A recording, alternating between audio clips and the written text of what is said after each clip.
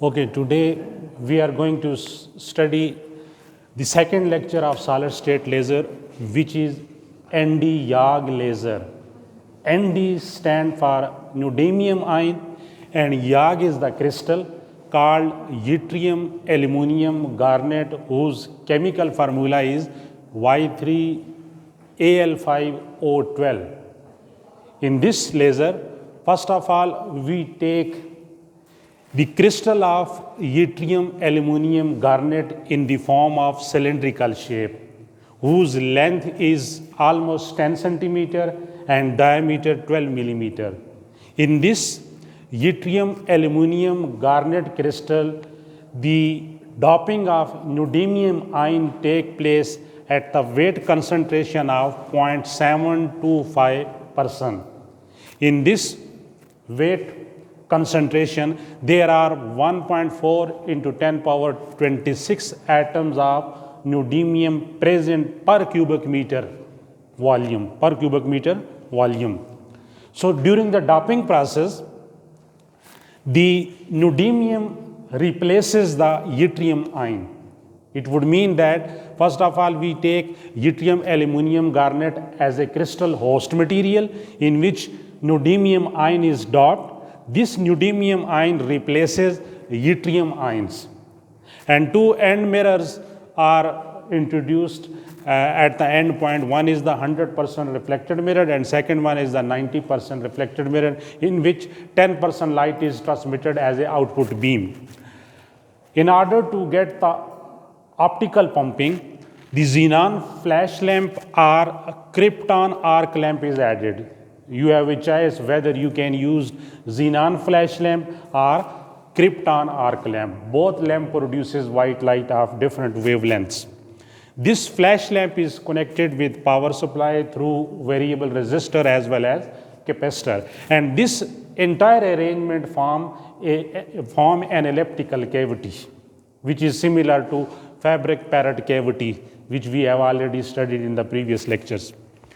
अच्छा, अब तक की अरेंजमेंट ये है कि सेकेंड सॉलिड स्टेट लेज़र में, जो कि ND-YAG, मुख्तसरन इसको ND-YAG लेज़र कहा जाता है, हर एक सॉलिड स्टेट लेज़र में जैसे मैंने आपको बताया था कि हम एक होस्ट क्रिस्टल लेते हैं, तो यहाँ पर आपका होस्ट क्रिस्टल किस मटेरियल का है? यट्रियम एल्यूमिनियम गार्नेट का है।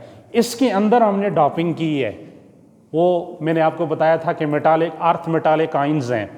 प्रीवियस केस में रूबी क्रिस्टल में हमने कौन से आयन लिए थे? Chromium ion. तो यहाँ पर कौन से हम ले रहे हैं? न्यूडीमियम आयंस। न्यूडीमियम आयन 0.725% के हिसाब से इनकी डॉपिंग की गई है, जिसमें 1.4 10 पावर 26 एटम्स आती हैं। जब हम ये डॉपिंग करते हैं तो ये न्यूडीमियम आयन किसी की जगह को रिप्लेस करती हैं, तो इसमें ये देखा गया है कि ये यूट्रियम को रिप्लेस करके खुद बैठ जाती हैं ड्यूरिंग डॉपिंग प्रोसेस। जिस तरह एन टाइप सब्सटेंस और पी टाइप सब्सटेंस में आप फास्फोरस और मुख्तलिफ़ किस्म का पेंटावैलेंट और ट्राईवैलेंट इम्प्योरिटीज़ ऐड करते हैं प्योर सेमीकंडक्टर मटेरियल में। और प्योर सेमीकंडक्टर मटेरियल जो होस्ट का काम करता है वो या सिलिकॉन होता है या कि जर्मेनियम होता है। तो यहाँ पर आपका होस्ट जो है वो याग हो गया मुख्तसरन, और डॉपिंग किसकी हो रही है? एनडी की। और एनडी में बार बार बता रहा हूँ न्यूडीमियम आयंस हैं। अच्छा, अब इसका जो एक्सपेरिमेंटल सेटअप है, ये हमारे पास वो क्रिस्टल रॉड है, जैसे हमने रूबी रॉड लिया था, जिसकी लेंथ मैंने कहा 10 सेंटीमीटर, डायमीटर 12 मिलीमीटर, और इसी के अंदर डॉपिंग की हुई है। अब ये न्यूडीमियम एज ए एक्टिव सेंटर का काम करेगा, यानी जिससे लेज़र लाइट इमिट होगी वो न्यूडीमियम आइंस होगा। और ये 4 लेवल लेजिंग सिस्टम है। रूबी क्रिस्टल में 3 लेवल लेजिंग सिस्टम था, जिस आइन की हमने कंसंट्रेशन की थी। ये 4 लेवल लेजिंग सिस्टम है। और नीचे आपके पास ये फ्लैश ट्यूब आ गई, या मैंने कहा है जीनान की है, और या फिर आप क्रिप्टॉन आर्क लैम्प यूज़ कर सकते हैं with the help of power supply, और एंड पॉइंट पे मिरर है। तो ये सारी अरेंजमेंट जो है एक एलिप्टिकल कैविटी के तौर पे ट्रीट हो रही है, यानी एलिप्टिकल कैविटी की अरेंजमेंट के तौर पे। अच्छा, अब हम आते हैं इसके मैकेनिज़्म की तरफ कि मैकेनिज़्म कैसे स्टार्ट होगा। तो ये बड़ा इंपॉर्टेंट पॉइंट है, जो एनर्जी लेवल डायग्राम है न्यूडीमियम का, क्योंकि हमने लेज़र लाइट जो है वो न्यूडीमियम आइन से लेनी है, तो न्यूडीमियम के अंदर 4 लेवल लेजिंग सिस्टम है।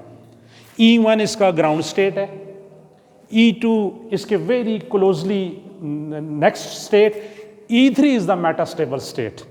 ये long excited metastable state E3 है। और E4 जो है, जो कि एक बैंड है जिसकी विड्थ बहुत ग्रेटर है, इसके अंदर सब एनर्जी लेवल्स भी हैं। ये लास्ट बैंड है न्यूडीमियम के अंदर।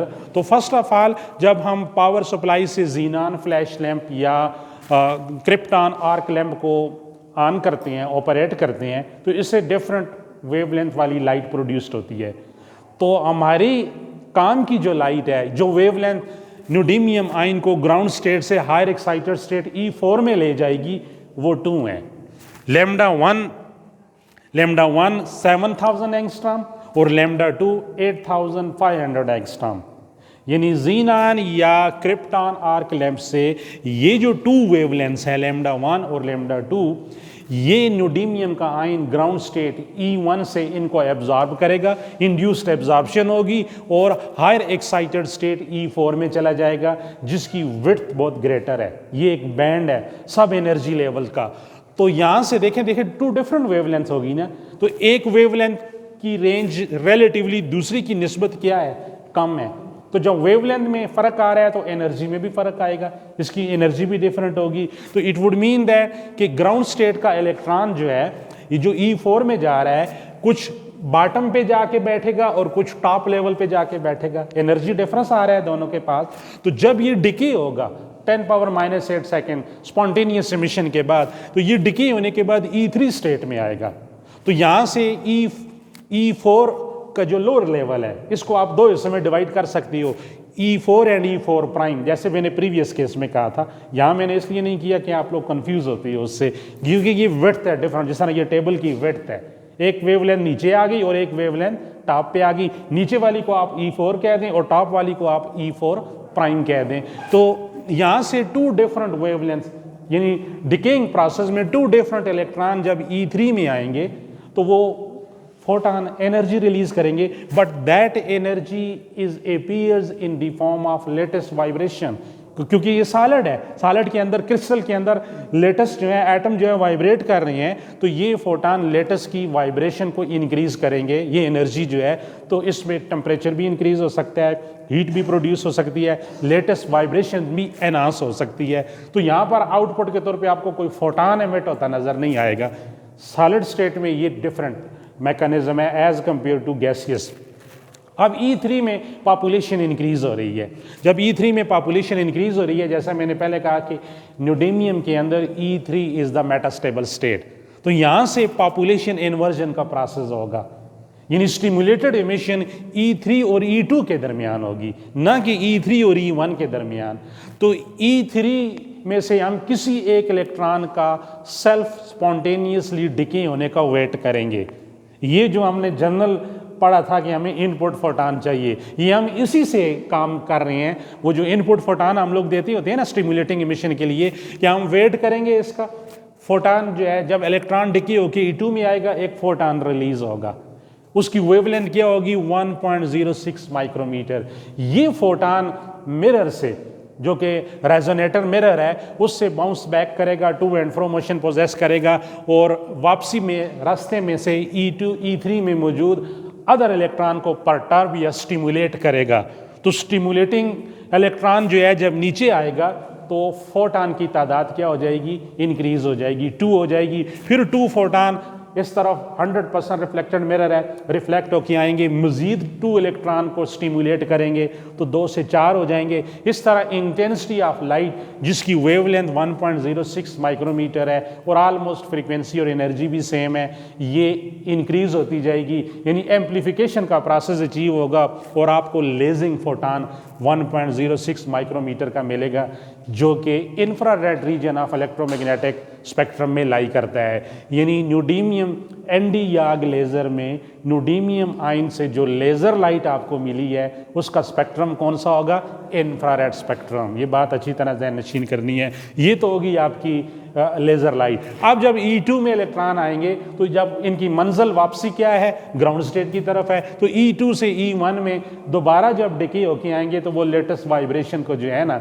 इंक्रीज कर देंगे। वो जो एनर्जी रिलीज होगी वो लेटेस्ट के एटम जो हैं वाइब्रेशन में यूटिलाइज कर लेंगे, तो यहाँ पर भी टेम्परेचर इंक्रीज हो सकता है। तो ये तो एनर्जी लेवल डायग्राम की एक्सप्लेनेशन है, क्योंकि आपने तो ये राड के अंदर सारा कुछ किया हुआ है, इस राड के अंदर ये तमाम मैकेनिज्म कन्फाइंड है, तो इट वुड मीन दैट के राड की साइडों में आपने टेम्परेचर को ओवरकम करने के लिए कूलिंग एयर या तो सर्कुलेट करनी है या कूलिंग वाटर सर्कुलेट करना है ताकि टेम्परेचर ओवरकम रहे। अच्छा, अब लेज़र एनडी याग लेज़र से आउटपुट के तौर पे जो लाइट हमें मिली है वो तो हमें मिल गई। अब क्वेश्चन ये है कि ये पल्सेस में मिलेगी, कंटिन्यूस वेव मिलेगी। तो 4 लेवल लेजिंग सिस्टम हम लोगों ने जब स्टडी किया था जर्नल, तो हमें CW कंटिन्यूस वेव पैटर्न मिलेगा। अब ये जो कंटिन्यूस वेव पैटर्न है इसको हम यूटिलाइज कहाँ कर सकते हैं, तो इसका सबसे बेस्ट यूज़ जो है वो ये है optical fibres, fibre optics communications. Optical fibres आप जानते हैं कि एक ऐसा टूल्स है जिसमें हम लोग ऑडियो वीडियो डेटा को स्पीड ऑफ लाइट के इक्वल ट्रैवल करते हैं एक प्लेस से दूसरी प्लेस, क्योंकि ये जो फाइबर ऑप्टिक्स है, फाइबर ऑप्टिक्स की थिकनेस जो होती है वो ह्यूमन एयर की थिकनेस से कम होती है, और इसमें हम सबसे पहले साउंड पल्स को किस में कन्वर्ट करते हैं, लाइट पल्स में। तो जब आप साउंड पल्स को लाइट पल्स में कन्वर्ट करते हैं तो आपको लेज़र रॉड चाहिए होता है, और वो ये वाला लेज़र रॉड होता है। तो इस लेज़र रॉड से जो इंफ्रारेड रेंज में लाइट एमिट होती है ये आपकी साउंड पल्स को लाइट पल्स में कन्वर्ट करती है। अब आपका डेटा यही साउंड पल्स क्योंकि लेज़र क्या है, इंफ्रारेड क्या है, इलेक्ट्रोमैग्नेटिक वेव है, ये आपकी साउंड पल्स जो है ये इलेक्ट्रोमैग्नेटिक वेव के ऊपर जिस तरह आप यूँ कहते हैं इसको मॉड्यूलेटेड वेव कहते हैं, मॉड्यूलेटिंग एम्पलीट्यूड मॉड्यूलेशन और फ्रीक्वेंसी मॉड्यूलेशन, ये बहुत बेसिक क्लासेस में आप लोगों ने पढ़ा होगा। कैरियर वेव्स, तो ये जो इलेक्ट्रोमैग्नेटिक वेव है ये लेज़र आउटपुट के तौर पे इंफ्रारेड रेंज में जो हमें मिली है ये कैरियर वेव होगी, साउंड पल्स को उठाती है और स्पीड ऑफ लाइट के इक्वल जो है ये साउंड पल्स आपकी एक जगह से दूसरी जगह ट्रैवल कर जाती है। यहाँ से अगर अमेरिका फ़ोन कॉल करनी है, कनाडा, ऑस्ट्रेलिया फ़ोन कॉल करनी है, तो नॉर्मल जो टेलीफोन सिस्टम होता है उसमें आपकी साउंड पल्स टाइम कोलैप्स करती है, यानी टाइम लेती है एक एंड से दूसरे एंड रिसीवर एंड तक पहुँचते हुए, लेकिन through optical fibre optics communication process के तहत यही जो आपकी साउंड पल्स है वो स्पीड ऑफ लाइट के इक्वल क्या होती है,